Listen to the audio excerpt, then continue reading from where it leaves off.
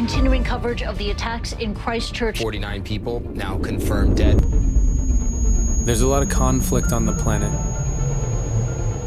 There's a lot of differing opinions, and everyone seems to think that they are right. The rest of society should not try to impose its view or its morality upon its God. But in order to be right, they must make everyone else wrong. And yet every action on this planet, every single one, no matter how ugly or cruel or violent, burning cars and smashed windows, is an action that is taken in search of love. If we look hard enough, if we really dig deep, we can find it. The love that is driving every single moment. What would happen if you could see it? What if you could look at the darkest shadows on this planet and all you saw was love?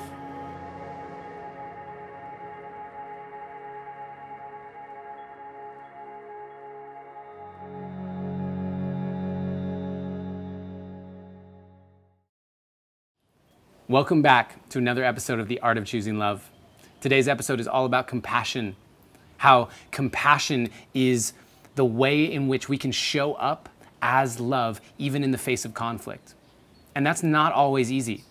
The Art of Choosing Love crew recently went down to Costa Rica for a mastermind event and the Envision Festival, and we were challenged. Things blew up and got ugly. How do you think we showed up? Adam, where are we right now? We have arrived in San Jose, Costa Rica. We're here for the Superhero Academy Mastermind, Freedom Culture, and already ran into a bunch of people that we know. This is gonna be epic. It's gonna be a giant party with a bunch of friends, I think. February 23rd, 2019. Being here in Costa Rica feels good. I enjoy the feel of this land, and we haven't even experienced anything besides the city. The mastermind remains a mystery. It is my intention to show up as love consistently and blast the space with that frequency. I don't desire anything other than an expansion of myself and the art of choosing love through ease and grace. We just arrived at Punta Mona. I'm a little surprised because for some reason I had in my head kind of like Bali Villa vibes, like eco resort vibes. I wasn't expecting to be in a tent. I found that out today. And then I wasn't expecting to almost, capsize in a boat. Oh my God. Matt, I've never been in this small of a boat in this big of waves. So, all in all, this has been an adventure. February 26th, 2019. The mastermind was a series of breakdowns, both on the collective and individual levels from the very start. The constant rain brought a gloominess to things that felt quite appropriate, especially after the men's circle turned into a wounded masculine expression of disrespect, anger, intimidation, and outright disregard for the feelings of other men in the space. Love is supposed to be the common value that everyone here is said to share, and yet the expression of love by different individuals has created a fracture. There is a deep sadness that I feel from people who have come to this beautiful land in search of connection, and who currently feel more disconnected than when they arrived.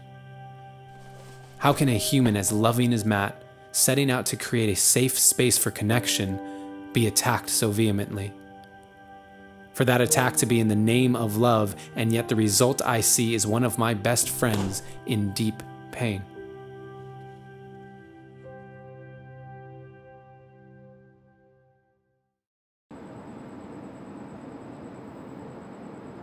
Worked so hard to work through the bullying and the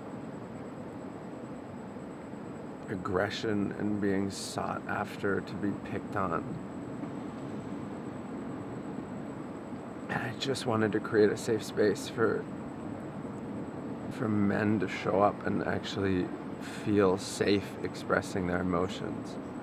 So, last night at the fire, men's circle, and specifically members of the light leadership community,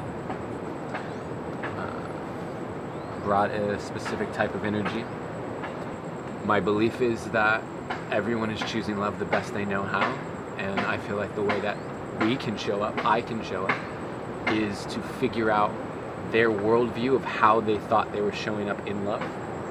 Because when I can understand how they're viewing love in that moment, then I can meet them there, because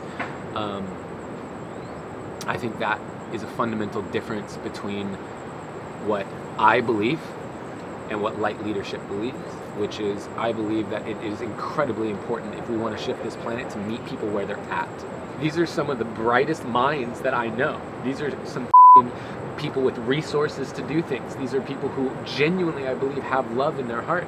And this is what happened. What has actually happened is trauma was created last night. There's fucking trauma that was created. So I don't care how many hours they spend over there to come to some resolution. All they've resolved is the trauma they created. We didn't resolve any trauma that is there that it needs to still be moved through.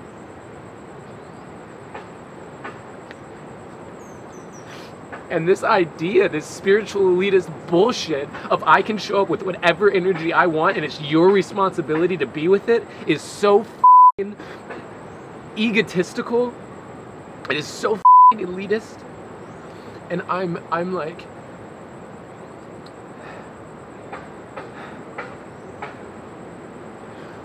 we get to turn that into dope art. We get to turn that into music. We get to turn that into poetry. We get to turn that into film. And we get to turn that into something that people, because of the technology of art that we all believe in, we get to turn that into something that is going to cause even the light leadership community to watch it and receive it differently than if we tried to sit there and process with them. That's where we get to show up. If a child came to you and said, "I don't know how to tie my shoes," would you make them feel bad for it? No, because you understand that what this child is lacking is the awareness of how to do so, nothing more.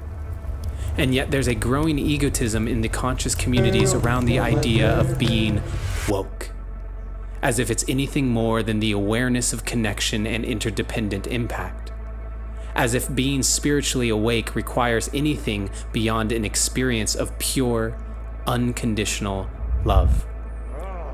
It's in this love that we remember why we came here in the first place.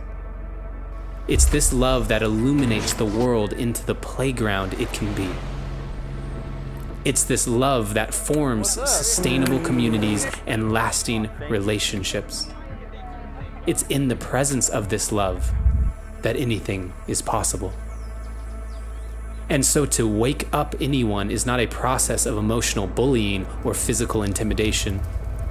Like chastising the child who has no ability to tie its shoes, all that has happened is discourage the child from ever asking for support. To catalyze spiritual growth on the planet is not about spiritual ego. Like bragging to the child, "Sorry for you, but look at how great my shoes are tied." All you will have done is create resentment.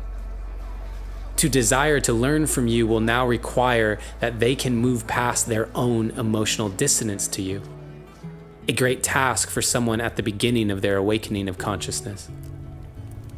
And so your most effective approach in awakening consciousness is to exhibit the unconditional love that woke you up in the first place. To see those who are ready as children desiring to learn and take great joy in showing them how. Take pride not in seeing where you have gotten to, but in your ability to help others find their way there as well. This is what it means to be awake.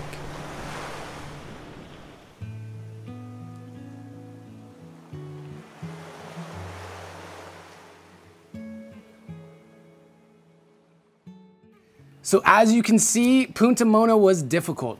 The mastermind event did not go the way we thought it would, and we were faced with some challenges.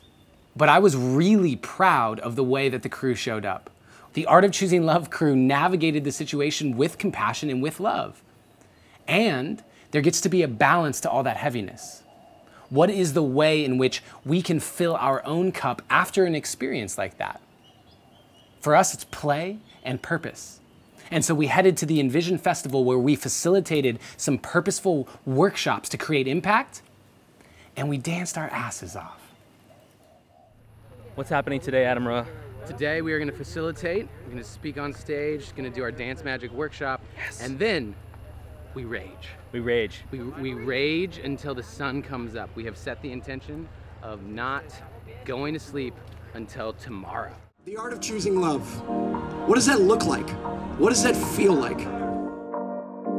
So without further ado, I'd love to bring up Adam Roa to talk about unlocking your inner artist and some of the messages he has to bring to the table. I believe that art is the translation of creative energy into tangible form.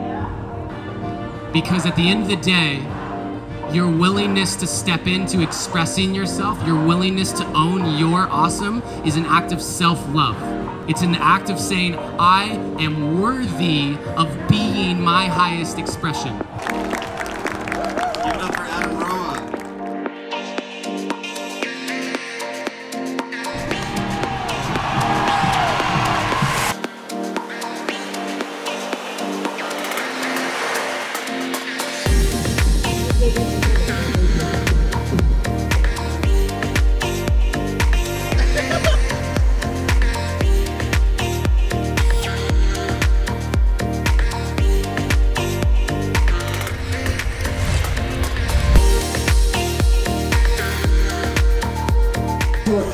We're facilitating the dance magic workshop. I'm letting Matt have the mic, rocking out.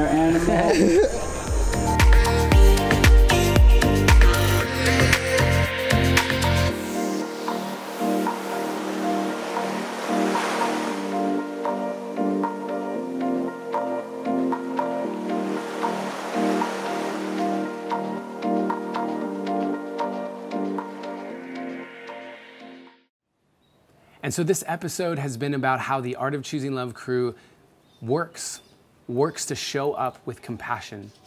How do we hold love in our hearts even when things are difficult, when there's people who are coming at us with aggressive energy and differing opinions? And the way that we find that compassion is by recognizing that every action is actually an action of love. It doesn't matter what the opinion is. I recognize that if someone views the world differently from me and is doing things that I don't necessarily align with, they're still doing it from a space of love. They're choosing it because they believe it'll bring more love to their life. They're choosing it because they believe it'll bring more love for their family, even if that is in the form of money or violence or whatever. They are choosing love to the best of their ability with the tools that they have. And when I can believe that, not just think it, but when I can believe it deep down, I open my heart to them. That's compassion. I'm putting myself in their shoes and I'm not seeing them as my enemy or opposition. I'm actually seeing them as wanting the exact same thing that I want, love. They're just going about it differently. And that's not always easy to do. And that's why I wanted to show you what we did when we went to Envision, because Envision was us filling our cups. And so instead of just telling you, hey, hold compassion in your hearts, one way that you can tangibly start to do that is by filling your cup, filling it up more and more and more, so that when someone shows up in your experience and is acting in a way that you do not like, you're so full of love that you can hold it for them. You can see them with an open heart and you don't have to shut down to them, because the only way we're actually gonna shift this planet is if we can show up with compassion and see them as a fellow human being. No amount of yelling is ever gonna change someone's mind. Show up with a hug. And the only way you'll be able to do that is if you start filling your cup first. So if that means playing, if that means dancing or playing music, reading a book, yoga, meditation, do what lights you up. Start there and notice how much love expands in your heart, and therefore, how much love expands in your life. As always, in all ways, you are seen, you are heard, and you are loved. Fill up that cup.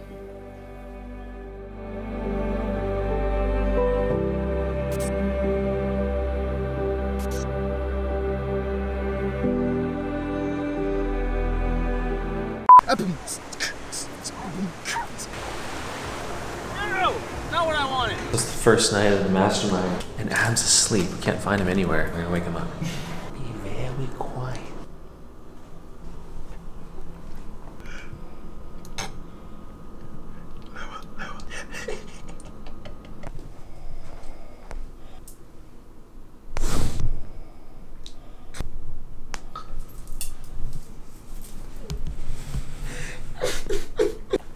What's up? You okay? Yeah, what's I wanted to let you know that we're all gonna meet for dinner, or everyone's out for dinner. Dinner's actually served at 7. Quiet on the set, please. All yonis on silent mode. We've been through this last episode, Hart. I don't do enough yoga. If I do more yoga, maybe Lululemon would like me. I just need more stretching, not just my emotional capacities, actually my physical body.